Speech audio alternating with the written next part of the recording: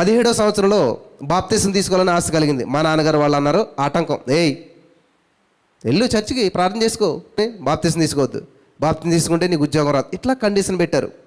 ఓపిక పట్టాను 2 సంవత్సరాలు, ఎప్పటికీ ఆదా అవ్వట్లేదు. అంతే. నేనేం చేశానంటే ఇంకొక రోజు డిసైడ్ చేసుకున్నాను, ఈరోజు నేను యేసుని స్వీకరిస్తాను. ఆ రోజు నా పుట్టినరోజు అనమాట.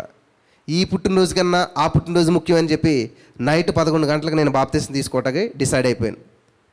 నాకు పేరు పెడతానికి ఒక పాస్టర్ గారు ఏదో ఊరు నుంచి వస్తూ ఉంటున్నానంట. ఆ బస్సులో ప్రయాణం చేస్తున్నప్పుడు దేవుడు ఒక పేరు పెట్టమని చెప్పాడంట.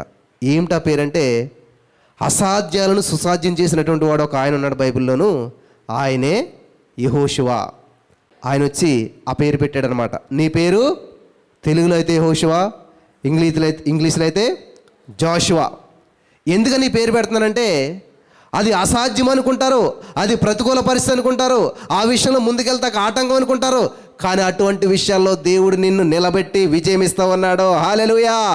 అసాధ్యం అనుకున్న దాన్ని నువ్వు సాధించగలుగుతావు. ఈయన ఏదో చెప్తున్నాడు, మనం ఎంత భయం అసలేని, ఇటువంటి వ్యక్తినైనట్టు నన్ను అసాధ్యమైనటువంటి నేను సుసాధ్యం చేస్తానంట. హౌ ఇస్ ఇట్ పాసిబుల్ అంటే ఆయన అన్నాడు, all things are possible with God. Hallelujah. దేవునికి సమస్తము సాధ్యమే.